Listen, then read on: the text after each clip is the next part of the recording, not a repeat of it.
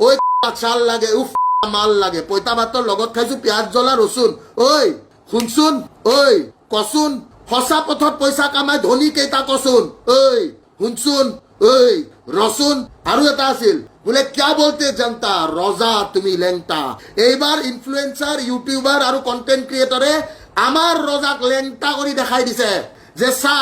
আমাৰ সাহায্য কিমান আৰু চা তোৰ চৰকাৰৰ সাহায্য কিমান আমাৰ চৰকাৰক এবাৰ ইনফ্লুয়েন্সাৰ আৰু ইউটিউবাৰ আৰু কন্টেন্ট ক্ৰিয়েটৰে এবাৰ লেংটা কৰি দিছে ৰে বাবু পেন কাৰ্ড অতি খল দিয়া ৰে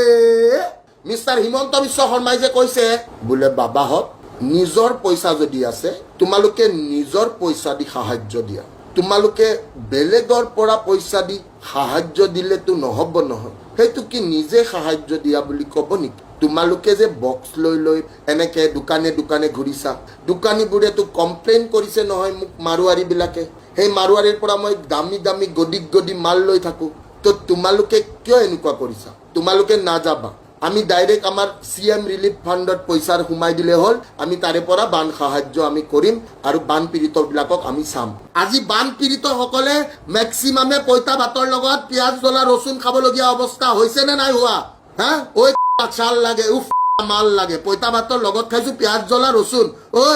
শুনচোন ঐ কচোন সঁচা পথত পইচা কামাই ধনী কেইটা কচোন ঐ শুনচোন ঐ রসুন আৰু এটা আছিল বোলে क्या बोलते जनता ৰজা তুমি লেংটা এইবাৰ ইনফ্লুয়েন্সাৰ ইউটিউবাৰ আৰু কন্টেন্ট ক্ৰিয়েটৰে